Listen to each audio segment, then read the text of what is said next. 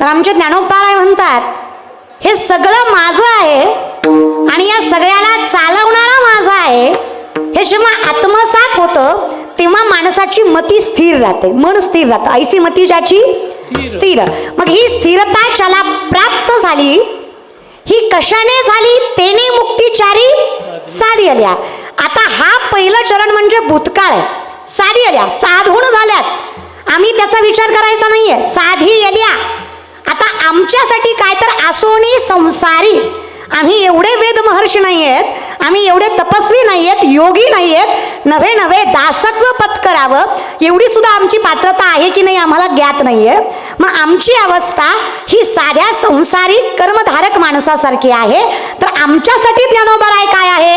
ज्ञानोबराय म्हणले सोपं आहे, हरिमुखे. कारण आमच्या इथे चहुवेदी जाणं साही शास्त्री कारण 18ही पुराण हरिसी गाती. मग सोपं आहे, हरिमुखे म्हणा. कारण सगळ्यात सोपा भगवंतापर्यंत पोहोचण्याचा मार्ग कुठला असेल? मोकळा करा आवाज. नामसंकीर्तन साधन पाय सोपे, सोपं आहे. पण काय आहे ना माऊली, सोपं पटकन पचत नाही, अवघड लोकाला छान वाटतं. आमच्या कलियुगात कसं आहे, कीर्तनामध्ये फार काही अवघड सांगितलं की महाराज ज्ञानी वाटतो. पण महाराजाचं ज्ञान हे महाराजाच्या वाचेवरनं तर सिद्ध होतच, पण ज्ञानी त्याला म्हणावं जो ज्ञानाचा कधी बोभाटा करत नाही. आमचे ज्ञानोबराय फार गोड वर्णन करतात. ज्ञानी त्याला म्हणावं ज्यांनी सिद्धी वगैरे हे सगळं सोपं करून सांगितलं. ज्ञानी त्याला म्हणावं ज्याचं ज्ञान व्यक्ती जन्माला यायच्या आधीच जन्माला येतं. It is possible. अगदी सायंटिफिकली भाषेत आपण त्याला जनरेटिक जनरेशन म्हणतो. ज्यांच्या DNA मध्येच परमार्थ आहे. म्हणजे बघा, बापाला शुगर असली की पोराला होते होते. टाकर खेडाकर बोलत जा, वाटलं तर माझ्या पाकिटातलं थोडं थोडं देते तुम्हाला, पण बोला. तुम्हाला वाटत असेल पाकिटीनं घ्यायचं ना आपण बोलायचो, देते बाबा पण बोल. मी काही तुम्हाला 6 शास्त्र 18 पुराण 4 वेद उपनिषद विचारत नाहीये. साधा प्रश्न आहे, बापाला शुगर असली की 80% पोरांना होती होती की नाही? आधीच एवढं वरडलं असतात माझ्या बिंबीला ताण बसलं नसतं ना. पण लोक आहे ना, महाराज लोकांची जिरवायची बघतात. लोकांना वाटतं एवढी बोंबलत होती, बोल बोल, बोललंच नाही. खाता कशासोबत रे दादा? काय वाटतं मला फसवताय? नाही रे दादा.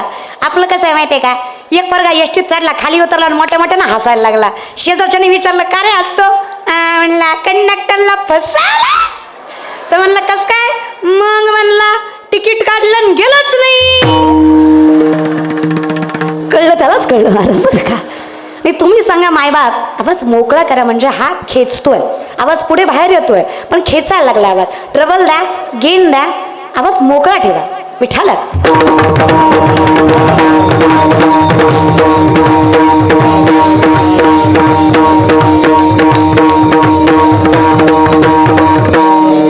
मग स्वतःचं हित ज्याला कळलं नाही, आमचे महाराज फार गोड वर्णन करतात. येथे कोणाचे कायवा गेले ज्याचे त्याने अनहित केले. आता ज्याला हिताचं कळत नाही त्याला ज्ञानाचं कळावं ही आमची अपेक्षा सुद्धा जरा चुकीचीच आहे. परंतु ज्ञानी कोण तर आपण ज्ञानाची व्याख्या सांगत होतो. माऊलींच्याच भाषेत सांगायला गेलं तर मोटकी देहाकृती उमटे निज ज्ञानाची पहाट फुटे सूर्यापुढे प्रगटे प्रकाश जैसा. न्यायशास्त्रामध्ये वर्णन करतात आत्मा हा निर्गुण निराकार स्वयंप्रकाश ब्रह्मचैतन्य. आत्म्याला कुठलं स्वरूप नाही आहे, पण आत्म्याचं स्वरूप जर कुठलं असेल तर ते ज्ञान आहे. मग ज्ञान हे व्यक्तीवर नाही तर ज्ञान हे प्रारब्धावर कुळावर अवलंबून असतं. आता याची जर आम्हाला सिद्धता करायची म्हटली तर 7 पिढ्याचा परमार्थ तुकोबारायांचा तेव्हा तुकिया झाला असे कळस. पिढ्यान पिढ्या ज्यांच्या कुळामध्ये वेद पठण केलं जातं ते ज्ञानदेवे रचिला पाया. याच्या पलीकडं सांगायचं म्हटलं तर ज्यांच्या वडिलांचा जीव आषाढी एकादशी जावा त्यांच्या पोटी गुलाबाबांचा जन्म व्हावा. हे ज्ञान. मग हे ज्ञान कुळासहित चालत येतं, हे ज्ञान परंपरेसहित चालत येतं. हे ज्ञान आता या वारकरी संप्रदायाचा विचार केला तर आदिनाथ गुरु सकळ मच्छिंद्र तयाचा, मच्छिंद्राने बोध गोरक्षासी, गोरक्ष वळाला गहिनी प्रसादे ज्ञानदेवा सार चोजविले. ही जी परंपरा आहे, ह्या परंपरेगत चालत आलेलं जे ज्ञान आहे ते ज्ञान मूळचं आहे, जे सत्य कर्म करून पुरुषार्थ साधतं आणि या व्यक्तीला परमात्म्याचा सोपा मार्ग पटवून देतं. त्याला आम्ही म्हणतो संत. मग आता हे संत जेव्हा आम्हाला सांगतात की तुम्हाला जर मुक्ती हवी आहे तर योग याग विधी येणे नोहे वायाची उपाधी, कारण आम्हाला संतान इतकं जमणार नाहीये. आता ज्ञानोबाराय म्हणजे साधी गोष्ट नाही. ज्ञानोबाराय म्हणजे ओतप्रोत ज्ञान, ते चालते ज्ञानाचे प्रतिबिंब. ज्ञानोबाराय म्हणजे साक्षात ज्ञानानं घेतलेला अवतार, ज्ञानाला फुटलेली वाचा. एका वाक्यात सांगायचं म्हटलं तर भगवंतापेक्षा श्रेष्ठ ज्यांचं ज्ञान आहे त्यांना ज्ञानोबाराय म्हणावं, भगवंतापेक्षा. हा, आणि पटलं तर टाळी वाजवत जा. असं काही सरकारचा GST नाही, त्याला मोफत आहे, त्या वाजवत जा. हा फक्त एवढी विनंती आहे, कळलं तर वाजवा. उगा शेजारच्यानं वाजवली म्हणून वाजवू नका. विनंती आहे रे दादा, किती वेळा सांगायचं गोंधळ करू नका म्हणून. तुमच्या या बोलण्यामुळे दर 2 मिनिटाला व्यासपीठ विचलित होतंय. जरा व्यासपीठाचं भान ठेवा. आमच्या लोकांना आहे ना तुंतुण्यातला निमिन्यातला फरकच कळला नाही अजून. अवघड झालंय नाही का. व्यासपीठ आणि मंच काही फरक आहे की नाही बरं का दादा. जिथे नारदाची गादी आहे ती व्यासपीठ, आणि जिथं बाकीचं केलं जातं तो मंच. हा विना ते तुन, हा पकावाज ती डुलकी, हा महाराज ते तुम्ही समजून घ्या. तर फरक वाटू देत जावा, काहीतरी फरक कळतो का नाही तुम्हाला. हा, पावित्र्य राखा जरा व्यासपीठाचं. मगापासून बोंबलतीये गप्प बसा गप्प बसा गप्प बसा. अरे काय करायचं ते तोंड गप्प ठेवून करा ना. पण हा काय अट्टास आहे की महाराज दिसला पाहिजे. हा, नाही दिसला तरी आवाज येतोय ना. आपल्याला गरजेचं काय, नामचिंतन. पण आजकालच्या कलियुगात कसं आहे ना, आमच्यात ज्या साबणानं गोर होतं ते साबण खपत नाही, ज्या साबणावर गोरी हिरोईन नाही ते साबण खपतंय. अरे तुम्ही काय कवर बघून साबण घेता का काय. महाराज मुलगी आहे याच्यापेक्षा ती महाराज आहे हे महत्वाचं आहे. आणि हे मला बोलावं लागतं याच्यापेक्षा अजून मोठं दुर्दैव काय. आम्ही हे कधीच विचार नाही केला. बोलू नका, विनंती आहे. आणि काय रे दादा, नका रे. हे बंद करावर का डोळ्यावरचं जरा, कारण तुमच्या डोळ्याला जे दिसतं ते काहीच खरं नाहीये, कल्पनेची बाधा. हे म्हणजे दंभ धर्म आहे. द्वैताची झाडणी गुरुविना ज्ञान तया कैचे कीर्तन घडेल ना आम्ही, अशी अवस्था आहे आमची. द्वैत म्हणजे असत्य किंवा कल्पना. ज्याला खरं कळालं नाही, जे बिनबुडाचे ज्ञानी आहेत त्यांना कीर्तन सांगितलं काय, भागवत सांगितलं काय, आणि शास्त्र सांगितलं काय. चित्त नाही ना आम्ही तरी ते व्यर्थ. नामासी विनमुख तो नर पापिया. तुम्ही बोलताय यात तुमची चूक नाही, तुम्ही कीर्तनात गप्प बसत नाही यात तुमची चूक नाही. तुमचं पाप तुम्हाला म्हणताय कर बडबड, हा तुमच्या पापाचा दोष आहे, तुमचा नाही. इतके आता झालंय ना की ते म्हणतं बाबा गप्प बसायचं. कीर्तनात कुठं गप्प बसतात का. हे मी नाही, माऊली सांगतात. तो नर पापिया. मग सोपं आहे रे दादा, अगदी साधं आहे. जेवढा वेळ या संप्रदायासाठी मिळालाय, नामचिंतनासाठी मिळालाय, तेवढा स्वीकारा. कारण फार काही करत बसाल तेवढी पात्रता आपली नाही आहे. कारण ज्ञानोबाराय सांगतात मी योगी आहे, तपस्वी आहे, तरी सुद्धा माझ्या जीवीची आवडी पंढरपुरा नेईन गुढी. आमच्यासाठी नामधारक वैष्णव हा योग्यांपेक्षा श्रेष्ठ आहे. ज्ञानदेवी वैष्णव मोठा, विठ्ठल नामे मुक्तपीठा. हे समजून घ्या. कारण योग काही साधा नाही. आणि माझ्या ज्ञानोबारायांनी तर प्रत्येक माझ्या ज्ञानोबारायांना सर्वज्ञ म्हणतात. सर्वज्ञ कुणालाही म्हणलं जात नाही. सर्वज्ञ म्हणजे तैसे दसेची वाट न पाहता आणि वैसेची गावा न येता बाळपणीच सर्वज्ञता वरी तयाते. भगवंतानी बाळपणीच ज्याला सर्वज्ञानं वरलेलं आहे, प्रत्येक गोष्टीचं ज्ञान, योग याग तप विधी व्रत वैकल्य उपासना शास्त्र, नवे नवे आजन्म ब्रह्मचार्य पाळणाऱ्या ज्ञानोबाराय संसाराचं ज्ञान परिपूर्ण सांगतात. ज्ञान विज्ञान व्यावहारिक प्रत्येक गोष्टीचं. काय वाटतं, या बल्बचा शोध 100-125 वर्षापूर्वी लागला. प्रकाशाचा 750 वर्षापूर्वी माऊली ज्ञानेश्वरीमध्ये सांगतात, उदकाचे आवेशे प्रगटले ते जलकलकीत दिसे तया आविजू माझी असे सलील काही. उदक म्हणजे पाणी, आवेश म्हणजे प्रेशर. पाण्याच्या प्रेशरनं वीज निर्मिती होते. हे माझ्या माऊलींनी 750 वर्षापूर्वी ज्ञानेश्वरीमध्ये सांगितलं. हे विज्ञान आहे जे आमची मुलं आज पुस्तकात वाचतात. आणि 4 पुस्तकं वाचली की माणसं संतांना मूर्ख आणि स्वतःला शहाणे समजतात. उठसूट याला नावं ठेव, उठसूट त्याला नावं ठेव, कोणी ज्ञानोबारांविषयी बोलावं, कोणी तुकोबारांविषयी बोलावं. अरे पात्रता काय तुमची? संत कळले का तुम्हाला? माझ्या संतांची पात्रता कळायला माणूस तेवढ्या लायकीचा लागतो. संतांची पात्रता भगवंता एवढीच आहे हे लक्षात घ्या. संत म्हणजे साधे अवतार नाही, देवते संत निमित्त त्या. आमच्या तरुण मंडळीला तर असं झालंय ना, स्वतःची माती सोडून बाकी सगळ्याचं कौतुक आहे. आम्हाला चकमकीत रस्ते, चमचमीत महाड्या, जरा सोयी सुविधा जास्त असणारा देश बघितला, पैशापेक्षा डॉलरला किंमत जास्तच आहे नाही का?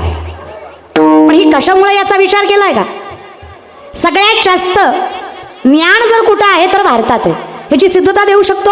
आर्यभट्ट भारताचे, संगणकाचा शोध भारताचा. बरं का दादा, ज्या गुगलवर सगळं सर्च करताना त्या गुगलचा CEO सुद्धा आपल्याच भारताचा, ही माहिती आपली ज्ञानी आहे. पण आमचं कसं आहे ना महाराज, आमच्याकडं ज्ञानाला किंमत नाही. आमच्या इकडं ज्या मंदिराला गर्दी जास्त तो देव लवकर पावतो असं वाटतं. असं असतं. म्हणजे टाकल्यावरची केस काढून टाकल्यावर केस आहे ना तरी तिरुपतीला मारायचं, पण देव आळंदी पंढरी करायची नाही का? अरे आपला देव तर केसही मागत नाही. पण तसं नाही ना. आता इमानदारीने सांगा, तिरुपतीचा बालाजी काय, पंढरीचा पांडुरंग काय, आळंदीचे ज्ञानोबा राय काय, आणि तुमच्या गावातले गुलाब बाबा काय, सगळं एकच आहे रे.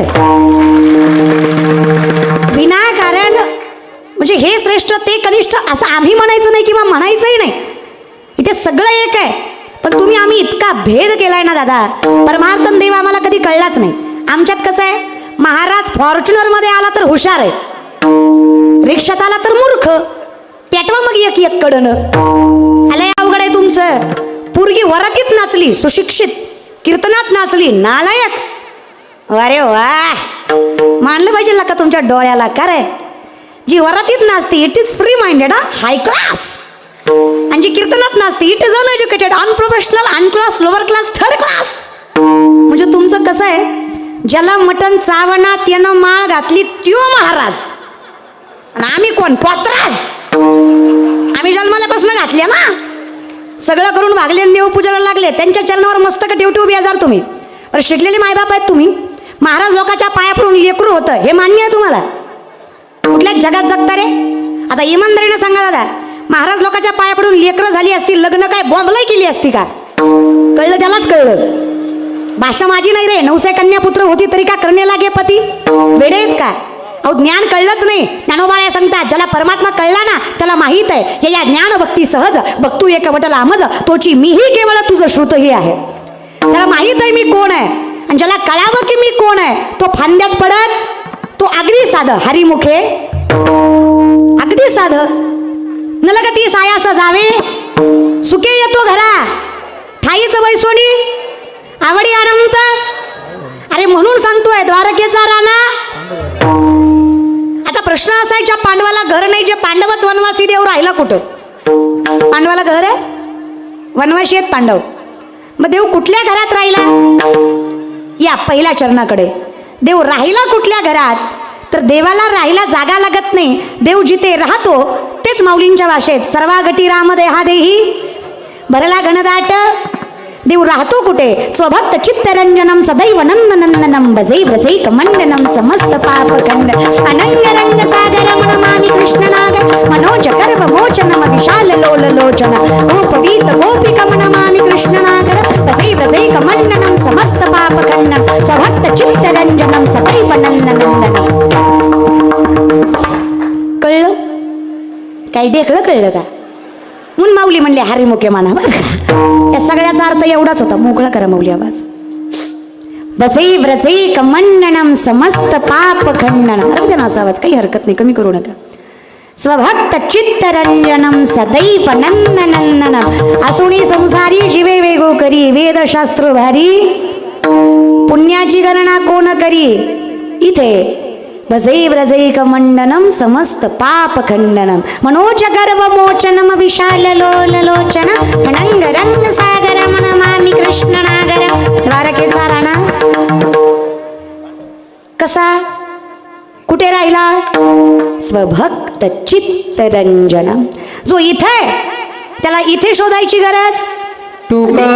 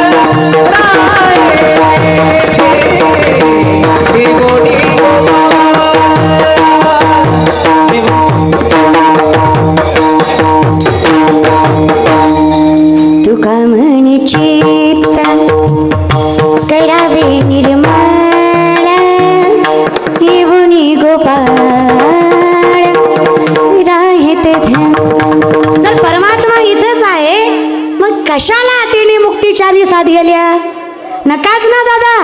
पण आमची अवस्था काय ना महाराज, देव समजेपर्यंत वेळ निघून जाते. आता इमानदारीने सांगा, ज्याला मायबाप कळले नाही त्याला पांडुरंग कळणार आहे? ज्याला नीतिमत्ता कळली नाही त्याला भक्ती कळणार आहे? ज्याला घरातला बाप समजला नाही तो जगाच्या बापाची काय कथानक ऐकून करणार आहे? ज्याला माणुसकी कळली नाही त्याला परमार्थ कळणार आहे? बेसिक समजून घ्या रे दादा. फार पुढे जायच्या आधी मूळ तरी प्रबळ करा, कारण ज्याचं मूळ प्रबळ नाही ना. ज्ञानोबाराय म्हणतात, शेवटी आवळत सिंहाची ती सिंहाची, लांडग्याची ती लांडग्याचीच. लांडग्याच्या आईनं लांडग्याच्या पिल्ल्याला कितीही आयुष्यभर दूध पाजलं तरी शिकारीच्या वेळी कळतंच हे लांडग्याचंच आहे. हे का कळतं? कारण इथे प्रारब्धाची कमतरता आहे, अहंकार जास्त आहे, ज्ञान कमी आहे, बोभाटा जास्त आहे, कर्म कमी आहे. कशासाठी? पण आम्ही एवढं लोकांना दाखवलं की दादा माझ्यासारखा हुशार कुणी नाही. पण ज्याला कळत नाही, आणि लोक आहेत ना, आता एखाद्या ठिकाणी गेलो ना तर लोक सांगतात, हां त्यांना सांगा मी कोण आहे, हां त्यांना सांगा मी कोण आहे. फक्त एका गोष्टीचा विचार करा, तुम्हाला जर सांगावं लागतंय तुम्ही कोण आहे तर एकदा विचार करा तुम्ही कोण आहे. कळलं पाहिजे रे. आपली स्वतःची लायकी स्वतःला माहीत असते, लोकांना नसे ना का कळे ना. बार लोकांचा बोभाटा कंटाळा आला रे मला. महाराज एखाद्याच्या घरी जावं आणि त्याच्या सोप्यावर बसावं, हा हा हा ती सोप्याचं पांगच फेडतंय. त्याची सुरुवातच इथनं असते. हां ताई मी याचा अध्यक्ष, त्याचा उपाध्यक्ष, त्याचा सचिव, आपला मी होणार आमदाराच्या लई जवळचा, आपली बायको लई मोठ्याची, आपल्याशिवाय गावचं पान हलत नाही, आपण साहेबाच्या ताटाला ताट लावून बसतो ना, आपण लय मोठ्याचे. हान मग मला आता हानतो का काय लागा? अरे घासागणे तू आम्हाला पद सांगतोयस, बरं सांगतोयस कुणाला? जयाच्या द्वारी सोन्याचा पिंपळा अंगी आयसे बळ. अरे सांगतो कुणाला? नाम घेता कापे यम. अरे त्यांचे नामचिंतन करणारे आम्ही, तू आम्हाला सांगतो कुठल्या गोष्टी? संपत्तीच्या? अरे वैभव बघायचं ना तर या म्हणावं टाकरखेड्यात आणि बघा म्हणावं सभा मंडप, तुम्हाला वैभव दिसेल.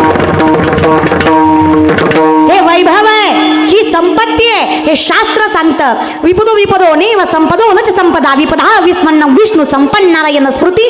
ज्याला तुम्ही विपत्ती समजता ती आम्ही नाही समजत, ज्याला तुम्ही संपत्ती समजता ती आम्ही नाही समजत. भगवंताला विसरणं ही खरी विपत्ती, आणि भगवंताला मनात ठेवणं ही खरी संपत्ती. ज्याला जपता आली तो श्रीमंत आहे.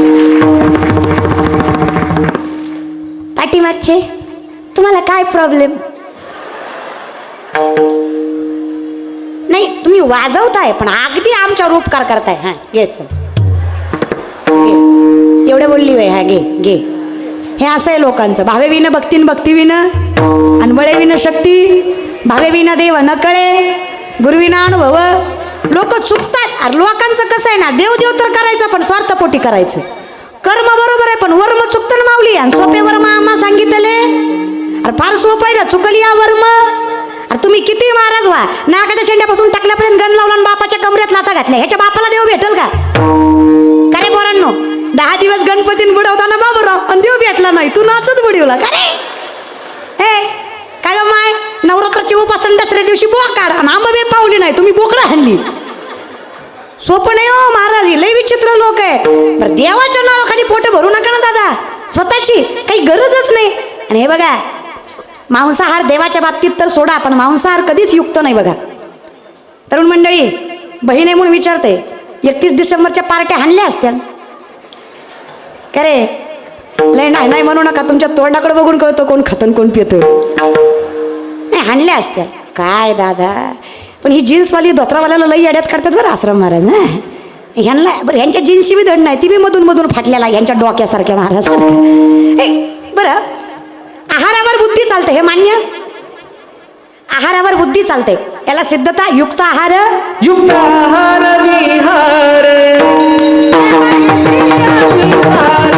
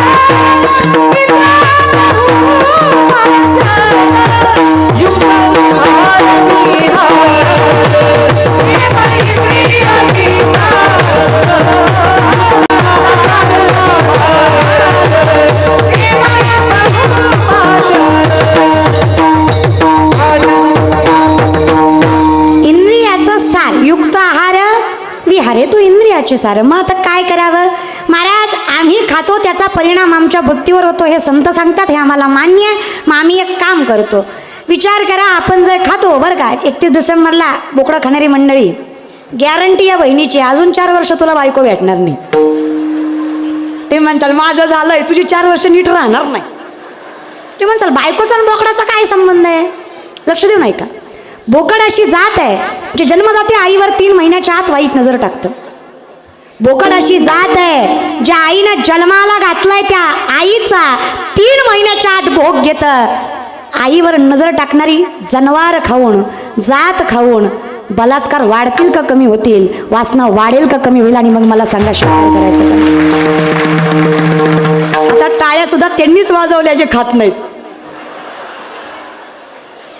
बाकीचे म्हणलं आपण खायचं ना म्हणून, अरे येड्या इथून कुठं खाणार नाही म्हणून तरी वाज.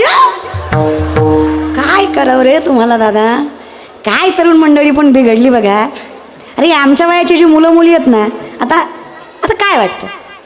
गायनाचार्य मंडळी, मी, पाठीमागं उभा राहिलेली ही मुलं, पखावाज वादक दादा, आमचे आसाराम दादा, आमच्या विनाश दादा, आमची काय वाटतं? आम्ही काही 70, 75, 80, 85 मध्ये दिसतोय तुम्हाला? हां, काय आम्हाला मन नाही तर काय आम्हाला काही वाटत नाही की असं फुर्र असं काही, म्हणजे यांना वाटत नाही का असं काही की असं हां असं काही असं काही वाटत नाही यांना? हां, पण विचार करा, हे आज त्या गादीवर आहेत ज्या गादीसाठी परमात्मा सुद्धा तळमळतो की घेईन मी जन्म याच्यासाठी. संत जेव्हा म्हणतात की पुन्हा पुन्हा जन्म पाहिजे, स्वर्गीची आमर इच्छिता ती मृत्यूलोकी व्हावा, त्याचं कारण आहे होईन भिकारी पण पंढरीचा. हे सोपे नाही दादा. ही जी मुलं आहेत ना, ही पुढे जाऊन पैसा कमावतील नाही कमावतील याची खात्री नाही देऊ शकत, पण जिथं असतील ना मायबाप घरात आणि धर्माची पताका खांद्यावर असेल याचा विश्वास तुम्हाला देते. तुमचे बंगले बांधणार याची गॅरंटी मी देते, पण त्या बंगल्यात तुम्हाला ठेवणार नाही याची सुद्धा गॅरंटी मीच देते. हे वेडे नाहीत रे दादा. आणि उगाच मिळालं नाही.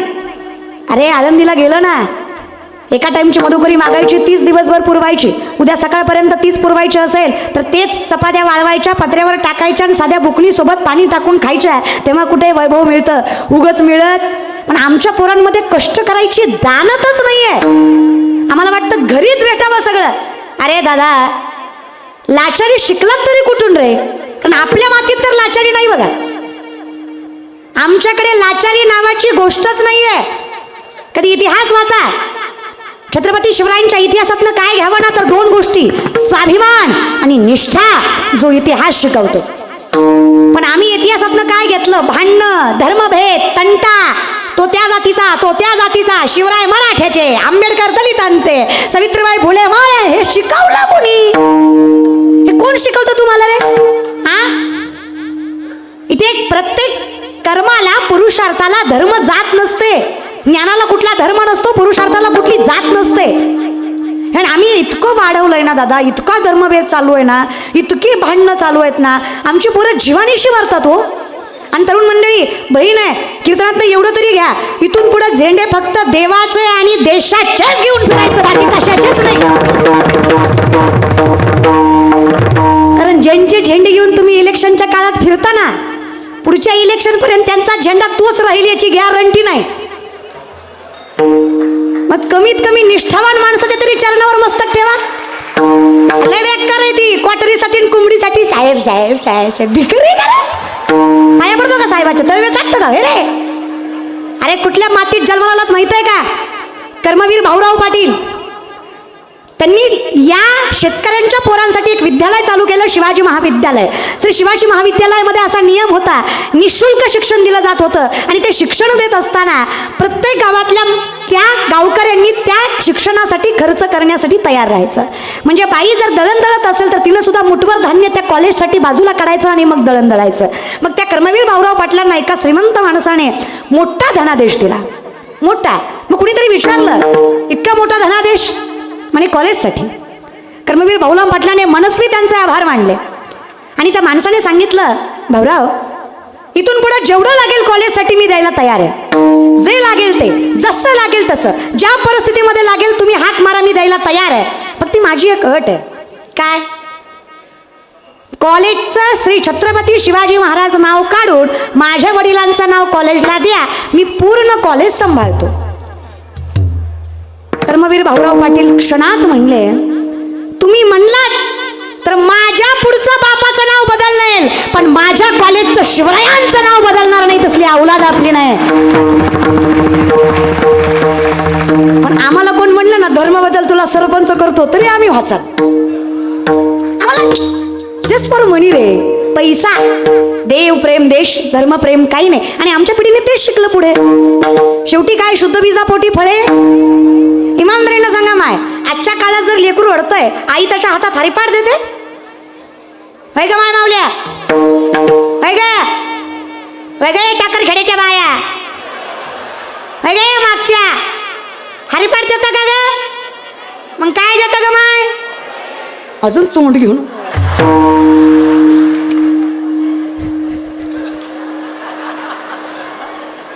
काय मेंटॅलिटी काय आहे तुमची? हा? आणि आपल्याला बोलायची सवय हो महाराज. आपण एखाद्याच्या घरी गेलो, एखाद्याची आई लेकराला मोबाईल दिला असला, आपण सहज म्हणतो, ताई पोराला मोबाईल देत जाऊ नये, चांगला नसतंय. ती म्हणते तेवढंच नादी लागतंय, तेवढाच मग स्वयंपाक होतंय, धुणं धुते, मग भांडे घासते, तेवढाच नादी लागते. बरोबर तुला पुन्हा नादी लावतोय ती. तू चांगलं त्याला नादी लावलंय. आणि बरं कुणाला म्हणलं की नाही, अहो ताई सांगा, समजून सांगा त्याला, नका लय मोबाईल देत जाऊ. हा, ऐकत नाही. अगं 1.5-2 वर्षाचं आहे ती, गुडघ्या इतकं बी नाही. येड्यात काढती का काय? अगं 45 तुझ्या शब्दाच्या बाहेर नाही.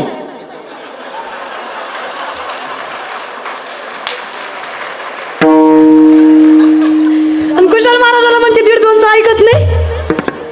हे ना जिंदगीत शब्द मोडला नाही. ऐकत आहे ग, पण तुम्हाला कसं आहे ना, तुम्हाला सुटका पाहिजे, तुम्हाला निवांत पाहिजे. लेकरांना संस्कार नाही लागले तरी हरकत.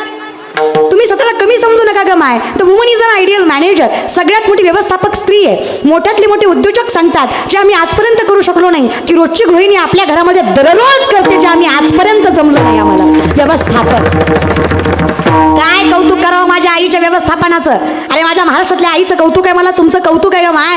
अजून सुद्धा माझी माय साबण संपलं तर फेकून देत नाही. जुन्या साबणाची चिपळी नव्या साबणाला लावती का, तर तेवढ्यात एक आंघोळ होईल. फेकते का? इमानदारीनं सांगा माय, फेकता का ग? लुगडं फाटलं फेकता? गोधडी शिवील फेकत? माझ्या आईला 7 स्टार नाही तर 5 स्टार हॉटेलला न्या, आईस्क्रीम खाऊ घाला, चमचे घरीच आणणार, guarantee. It is not a lower class, it is not a middle class, it is hi class. कारण तिच्या घरी आलेला रुपया लबाडीचा नाही. तिला माहित आहे, माझ्या नवऱ्यानं माझ्या बापानं रक्ताचा घाम केला तेव्हा माझ्या ताटात भाकरी पडली आहे. माझ्या महाराष्ट्रातल्या आईचं कौतुक आहे मला. माझी माय लबाडीचा रुपया घेत नाही, कष्टाचा रुपया वाया जाऊ देत नाही. ह्याला व्यवस्थापन म्हणावं आणि याला मॅनेजर म्हणावं. अजून सुद्धा माझा बाप दारात कुत्रा आला ना तर ताटातली चतकोर कुत्र्याला टाकतो. स्वतः उपाशी राहील पण दारातलं कुत्र सुद्धा उपाशी जाऊ देत. पण आमच्या पोरांनी बापाकडनं काही घेतलंय. एकतर आमची पोरं आपला बाप सोडून लोकांच्या बापाच्या पाया पडतात. साहेब माझा बाप आहे, तुझा पेट येऊ मग. काय गरज आहे बरं. पाश्चिमात्य एवढ्या देशाचं आपल्याला अट्रॅक्शन आहे, कौतुक आहे. वैभव शिकवा ना जरा. अरे दुनिया झुकती आहे, झुकानेवाला काय कमी आहे. अरे जे कमी आहे ना त्याचा सुद्धा वापर करता आला पाहिजे. काय कमी आपल्याकडं. कमीपणाला कधी कमीपणा समजायचा नाही. माझा स्व अनुभव सांगते, पर्सनल एक्सपिरियन्स. ज्या गोष्टीला मला वाटायचं की माझं चुकतंय, माझी बोलण्याची पद्धत, पण आज त्याच बोलण्याच्या पद्धतीमुळे मी या व्यासपीठावर आणि तुमच्या समोर आहे. चुकतंय ते स्वीकारा, से सॉरी, पण बदलू नका. कमीपणा कशाचा कमीपणा रे. कॉलेजमध्ये परवा दिवशी आमच्या सरांनी विचारलं कुणाला काय काय व्हायचंय. बऱ्याच कुणी सांगितलं, कोणी डॉक्टर, कोणी इंजिनियर, काय काय जे काय असेल ते. एक 2-4 पोरं म्हणले मार्केटिंग. त्यात एक पोरगा होता, तो म्हटला चल मी मार्केटिंग करणार. तो बोबडा होता. अख्खा वर्ग खदा खदा हसला. आसाराम महाराज अख्खा वर्ग असा हसला त्याच्यावर. सरही हसले हो. सर म्हणले तुला र म्हणता येत नाही, र तू मार्केटिंग कसं करणार. तो म्हणला सर उगा अंडरस्टिमेट करू नका. असं तो म्हणला नाही, त्याला एवढं नीट